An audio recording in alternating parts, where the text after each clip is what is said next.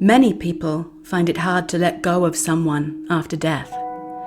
But how would you feel if, like Florinda Milagro de Hoyos, you discovered that your sister's corpse had been removed from her grave and kept, like a living doll, for 7 years? Hello, I'm Zoe, and welcome back to my channel. Today, we're looking at the case of Dr. Carl Tanzler. Before we start, if you're new to the channel, I post solved and unsolved cases here on a weekly basis. So if that's something that interests you, please consider subscribing. I hope you're sitting comfortably. This is the story of Carl Tanzler and the Corpse Bride.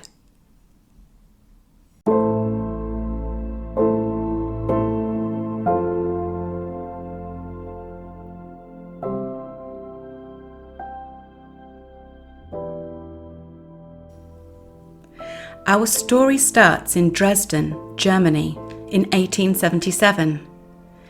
It was there that our subject, Georg Carl Tanzler, was born. He would use several different aliases over the coming years. He grew up in Germany, and in 1920 he married Doris Schaefer. The couple had 2 children together, Aisha in 1922 and Clarista in 1924, the latter sadly dying aged 10 from diphtheria. In 1926, the family emigrated to the United States via Havana, Cuba, and settled in Zephyr Hills, Florida.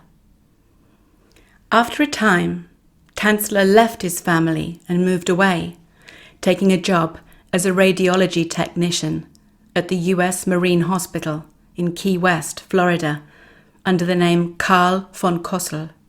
The reason he used that name was because during his childhood in Germany, and while travelling later in Genoa, Italy, he said he'd been visited by visions of a long-dead ancestor, Countess Anna Constantia von Kossel, who had revealed to him the face of his true love, an exotic, raven-haired woman whom he was destined to be with forever.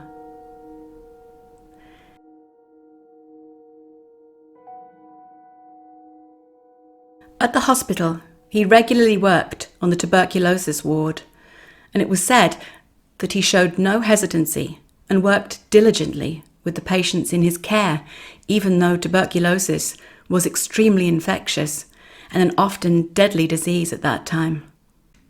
In April of 1930, Tanzler met Elena de Hoyos, a Cuban-American woman who had been brought to the hospital by her mother for an examination due to breathing difficulties. The moment Tanzler laid eyes on her, he was stunned. Elena was the living embodiment of the beautiful, dark-haired woman who had been presented to him in his visions since childhood. Elena was 22, and after examination was confirmed to have contracted tuberculosis. Her hope was that the doctor could cure her of the illness that had already claimed the lives of most of her immediate family. Tanzler was 53, but for him, it was love at first sight. He made up his mind to do everything in his power to cure her, and then have her as his bride. For Elena, the feeling was not mutual, but the doctor seemed very sincere in his conviction that he could heal her. She was treated at home. Tanzler obtained permission from her family to try some unorthodox methods, including discharging from a Tesla coil, a resident transformer patented in 1891, to experimental X-ray treatment and preparations of different syrups and potions. Tanzler also lavished Elena with many gifts, demonstrating with little ambiguity his desire for her. Unfortunately for Tanzler, Elena did not reciprocate his romantic feelings and turned down his proposals of marriage. but he simply did not care, telling her he would love and care for her even if she died. He wrote in his journal how he, quote, had hoped that despite the extensive damage, the lesions would heal again. I hoped that when Elena was out of danger, we would get married. As long as she lived, I never abandoned hope. But despite the doctor's best efforts, on the 25th of October, 1931, after a year and a half, Elena succumbed to the illness and passed away.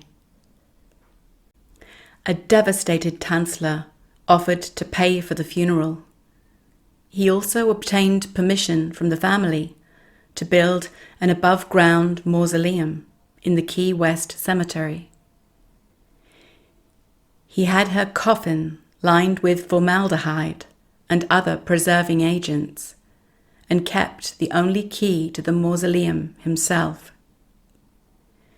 He spent hours at Elena's graveside every day, talking to her corpse, singing songs to her, and reading her stories.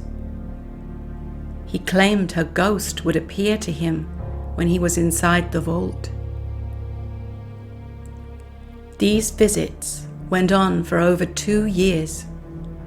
Tanzler claimed Elena began talking to him from the other side, telling him she was afraid of decaying and rotting. One evening in April 1933, he removed her body from the mausoleum and transported it home in a wooden cart. Elena's family wondered why Tanzler had stopped visiting the gravesite, but just assumed that he had finally moved on. Tanzler took Elena's body to a specially prepared makeshift laboratory he'd created in an aeroplane, and did everything in his power to preserve it. First, he put together the corpse's bones with piano wire and coat hangers, and attached glass eyes into the gaping sockets. As the skin decomposed, he replaced it with cloth soaked in plaster of Paris and wax. He filled the abdominal and chest cavities using rags, and made a wig for her using her own hair, which Elena's mother had cut off and kept after her daughter's death. He dressed the corpse in fine clothes, gloves, and jewelry. To mask the stench of decomposition, he used copious amounts of disinfectant, preserving agent, and perfume. He then transported Elena's body to his home and to the marital bed. For approximately 7 years, Tanzler and Elena shared a bed, and for the doctor, it was like marital bliss.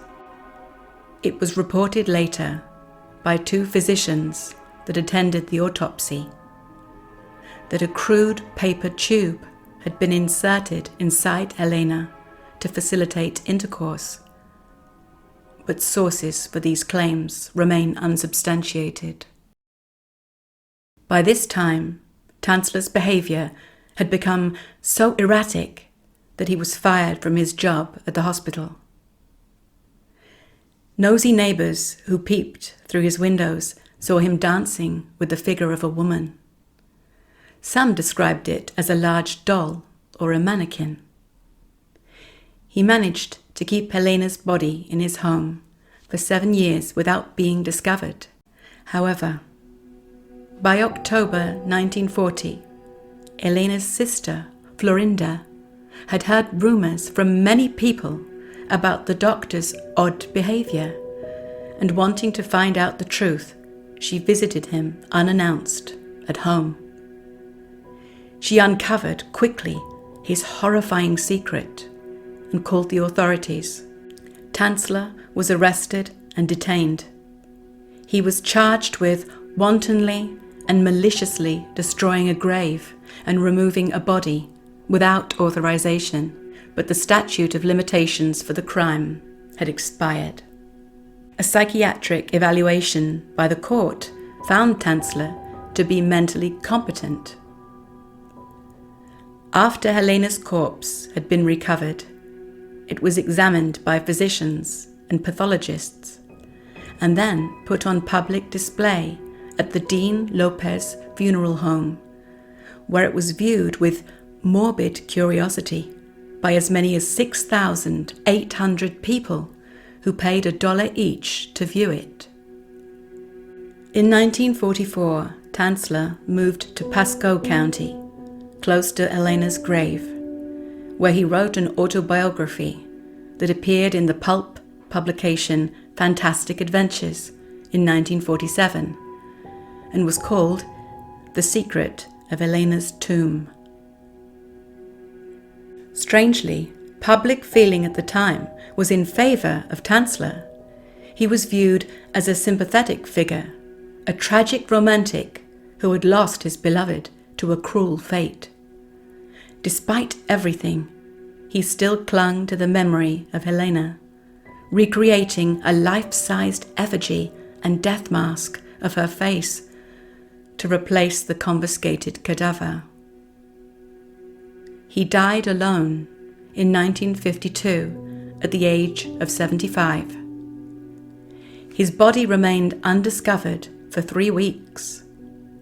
From 1930 to 1952, he endlessly obsessed over this seemingly unattainable woman. For 22 years, she had been the focus of his life, alive and dead.